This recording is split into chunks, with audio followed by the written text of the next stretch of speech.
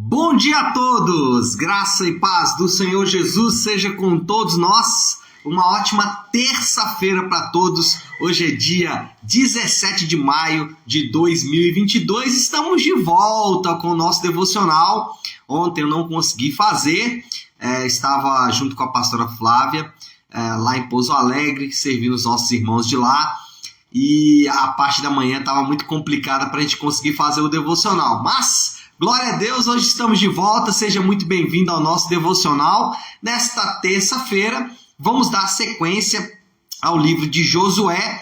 Vamos falar de Josué capítulo 19, 20 e 21. Eu espero que você tenha lido ontem os seus capítulos normalmente, para a gente poder seguir aí na maratona de leitura bíblica, incentivando você realmente a estar lendo a palavra de Deus. Bom, nesta terça-feira então, Josué 19 a 21, vamos falar do coração obediente. Olha o texto que eu separei para a gente poder meditar, Josué 21, 44 a 45. Então, Josué, capítulo de número 21, dos versículos 44 até o 45, que diz assim: O Senhor lhes concedeu descanso de todos os lados, como tinha jurado aos seus antepassados. Nenhum dos seus inimigos pôde resistir-lhes, pois o Senhor entregou eles em suas mãos. De todas as promessas do Senhor à nação de Israel, nenhuma delas falhou, todas se cumpriram. Bom, a divisão da terra terminou. Se você lembrar, ou se você tiver lido aí os capítulos, você vai lembrar que os capítulos anteriores basicamente falaram sobre a divisão da terra. O que cada tribo receberia em termos de território, em termos de cidade. Toda essa divisão foi feita. E nesses versículos aqui finais dessa divisão da terra, o que nós temos é como estava o coração do povo naquele momento. O coração do povo estava como depois que a terra foi dividida. Primeiro, ele vai mostrar que o coração do povo estava descansando no Senhor. Então, a primeira coisa que a gente vai ver aqui é o descanso. Ainda que existisse trabalho a fazer. Olha que interessante. Boa parte da terra não tinha ainda sido conquistada. Aliás, grande parte da terra não havia sido conquistada. O que eles fizeram ali foi, de certa forma, pegar um mapa da terra e falar, você vai ter que conquistar essa parte. Então, eles tinham muito trabalho a fazer ainda. Só que, olha só, o Senhor os deu descanso. Como que eles poderiam se sentir descansados se eles ainda tinham muito trabalho a fazer? É o descanso daquele que confia no Senhor. O povo, ainda que deveria fazer grande parte da conquista, eles estavam confiantes no Senhor. Paulo, especialmente em Gálatas e Romanos 7, ele vai falar sobre descansar das nossas obras. Por quê? Porque, especialmente para um judeu, falando ali de Paulo, as obras representavam de fato aquilo que os crentes ou o povo de Deus na época tinha que fazer para ser salvo. Mas quando Jesus chega, o entendimento e a mensagem que Jesus dá é o seguinte: esquece todo o seu trabalho, esquece todas as tuas obras, eu vim para que vocês tenham descanso. Por isso que é muito interessante a relação de Jesus com o sábado. Qual é o ponto? O ponto é que quando nós descansamos em Jesus, o nosso fardo de fato fica leve. Talvez o seu fardo nesta manhã está pesado. Por quê? Porque você está tentando trazer para você obras que não são suas. O povo descansou porque eles estavam confiantes de que aquele grande trabalho que eles tinham para fazer, Deus de fato os abençoaria.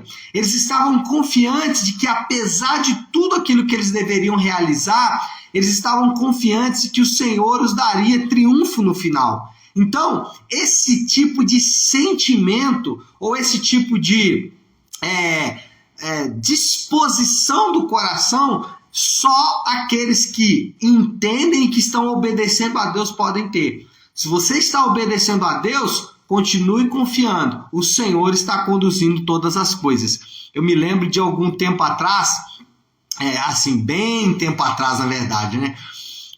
Uma pessoa chegou para mim e falou assim, uma pessoa que estava com um problema financeiro muito grave, um problema financeiro muito grande, e essa pessoa me procurou e falou, pastor, eu estava muito angustiado e tal. Aí eu fui ali naquela igreja, sabe, aquela igreja que fala muito sobre questões financeiras e tal. E aí, meu coração ficou até mais leve, sabe, pastor? Aí eu falei para ele assim, olha, o problema é que você de fato não está confiando no Senhor. Você está confiando que se você fizer a oração certa, se você for no culto X, se você participar de tal e tal momento, então se você fizer algumas coisas, aí Deus vai te abençoar.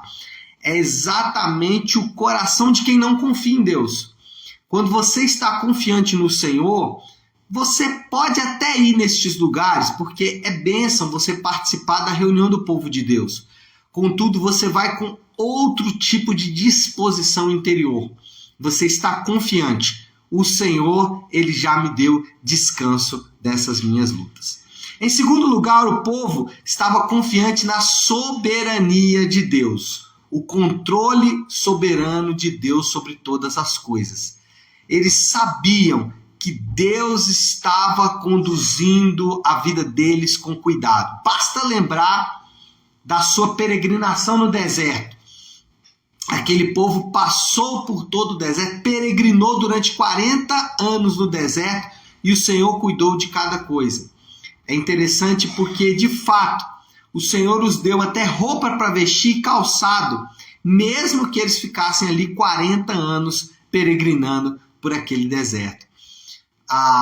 O apóstolo Paulo nos ensina em Romanos 8 lições preciosíssimas sobre a soberania de Deus. Depois, se você quiser ler, é fantástico. O capítulo 8 de Romanos começa dizendo o seguinte: já não há mais condenação para aqueles que estão em Cristo Jesus. Essa condenação foi retirada. E lá no final do capítulo 8 de Romanos, Paulo vai falar sobre o fato de que nada poderá nos separar do amor de Deus. Esta verdade é a verdade da soberania de Deus. Qual é o ponto? O ponto de Paulo ali é que quem está em Cristo, ele não pode viver. Aliás, deixa eu refazer essa frase. Quem está em Cristo não tem motivo para o desespero. Se existe desespero, se existe dor, se existe ansiedade, se existe preocupação exagerada na sua vida, você precisa aprender um pouco mais sobre a soberania de Deus. Deus, ele não só conduz os grandes eventos da humanidade, mas ele conduz até os pequenos detalhes de tudo que está acontecendo. Eu me lembro de um rapaz que certa vez relatou para mim, chegou para mim e estava passando por uma luta muito grande relacionada à área da saúde, e ele disse para mim assim: pastor, eu acho que Satanás está irado contra a minha vida, ele veio contra a minha vida com fúria, e essas coisas realmente estão bagunçadas porque Satanás está atuando. Eu falei: olha, você precisa aprender sobre a soberania de Deus. Alguém que conhece Deus de fato, ele sabe que Satanás não tem qualquer poder sobre a vida dele. Não tem qualquer poder, não é porque existe uma espécie de capa protetora sobre aquela pessoa, não. Na verdade, se basta você ler a história do próprio Senhor Jesus, como o fato de que Deus estava conduzindo todas as coisas, ao mesmo tempo Satanás estava atuando, Você vê essas duas coisas acontecendo ali, mas o que você percebe é que, apesar da ação de Satanás, Deus é soberano para conduzir todas as coisas. Eu sempre dou o exemplo, da minha esposa, quando ela teve gravidez ectópica, gravidez nas trompas, e naqueles momentos ali de dor e angústia, eu continuava com o meu coração leve, sem nenhum tipo de angústia, porque, é claro, havia preocupação, como seria a vida, havia preocupação com a saúde dela, mas em todo tempo, uma confiança de que Deus estava conduzindo todas as coisas de maneira soberana. Então, aquele que está em Cristo não tem motivo para o desespero, porque ele sabe que Deus está conduzindo todas as coisas, que Deus está conduzindo até mesmo as situações de dor e angústia. Volto para Romanos capítulo 8. Não tem luta, não tem ansiedade, não tem principado, não tem potestade, nada pode nos separar do amor de Deus. E o terceiro sentimento ali do povo, descanso, soberania e fidelidade de Deus. Deus cumpriu tudo o que ele prometeu, e isso é fantástico. Quando a gente vê esse texto aqui, isso deveria encher o nosso coração. Vou ler de novo aqui o texto, o versículo 45. Olha só. De todas as boas promessas do Senhor à nação de Israel, nenhuma delas falhou. Uau! Deus é fiel e cumpre tudo o que ele fala. Sabe por que isso é importante? Porque o Deus que cumpriu tudo o que ele falou aqui no Antigo Testamento, Deus que foi fiel em todas as suas palavras aqui no Antigo Testamento, o Deus que foi fiel com a nação de Israel aqui, é o mesmo Deus que fez promessas preciosas na boca dos apóstolos e principalmente o Deus que fez maravilhas aqui para o povo de Israel. É o mesmo Deus que fala na boca de Jesus. Aliás, Jesus é o próprio Deus falando. Então, sabe o que isso significa? Que você pode se apegar firmemente a essas promessas. Você pode se apegar com fé a essas promessas. Sabe por quê? Porque Deus que cumpriu no passado é o mesmo Deus que continua cumprindo nos dias de hoje. E aí fica a pergunta.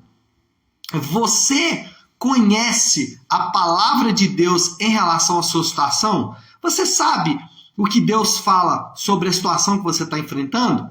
E não estou partindo aqui de um pressuposto de que talvez você está enfrentando um dia difícil, mas também nos dias bons. O que devemos fazer quando tudo está indo bem?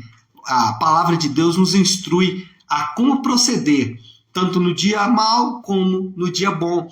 A palavra de Deus nos ensina como proceder com dinheiro, sem dinheiro, com saúde, sem saúde, casado, solteiro. Nós temos instrução de Deus. O que falta às vezes é isso, falta instrução, falta boa leitura da palavra, falta vida devocional. E é o básico, né? Se um cristão não conhece a palavra de Deus com relação à vida dele, como ele vai confiar nas promessas de Deus? Bom, moral da história aí para a gente ir finalizando. Qual é o resumo de tudo que falamos? A obediência apenas externa, alguém que obedece apenas do lado de fora, alguém que obedece apenas de maneira religiosa, reflete um profundo desconhecimento do caráter de Deus. Quem não obedece de coração está apenas mostrando que de fato ele não conhece a Deus. Porque quando conhecemos o caráter de Deus, a sua bondade, o seu amor, a sua fidelidade, a sua soberania, a sua misericórdia, a sua compaixão, quando conhecemos a Deus de fato, a sua onipresença, uma das coisas que nós precisamos descobrir sobre Deus. Deus, ele é onipresente, ele está em todo lugar. Ninguém escapa da presença de Deus. Ninguém pode viver longe da presença de Deus. Mas vivemos diante de Deus para sermos abençoados ou para vivermos debaixo da sua ira, e de fato aqueles que não estão em Cristo estão nessa condição, mas todos estamos diante de Deus. Então, tangiversando aqui, né? O assunto não é esse. Mas enfim, quando obedecemos apenas de maneira externa, desconhecemos quem Deus é. Desafio do Léo, então, para essa terça-feira. Qual que é o desafio? Aonde você se refugia na tempestade? Se você se refugia nos deuses falsos, você está mostrando quem é o seu Deus. Se você se refugia no Senhor, você está mostrando também quem é o seu Deus. Então, em quem você tem se refugiado na tempestade? Essa é a nossa aplicação final. Tá certo, meu povo? Vamos orar? Vamos colocar tudo isso aí diante de Deus? Segunda-feira, nós oramos a oração do Pai Nosso. Como ontem nós não fizemos o devocional, então eu vou hoje fazer a oração que o Senhor nos ensinou, a oração do Pai Nosso. Então, se você puder, pare o que está fazendo agora e vamos juntos buscar a Deus em oração. Pai nosso que estás nos céus, santificado seja o teu nome. Venha o teu reino, seja feita a tua vontade, assim na terra como no céu. Dá-nos hoje o nosso pão de cada dia. Perdoa as nossas dívidas, assim como perdoamos aos nossos devedores. E não nos deixes cair em tentação, mas livra-nos do mal, porque teu é o reino, o poder e a glória para sempre. Amém, amém e amém. Amém, meu povo? Bom, então é isso. Nós vamos ficando por aqui. Que Deus te abençoe. Uma ótima terça-feira para todos. Fiquem com Deus.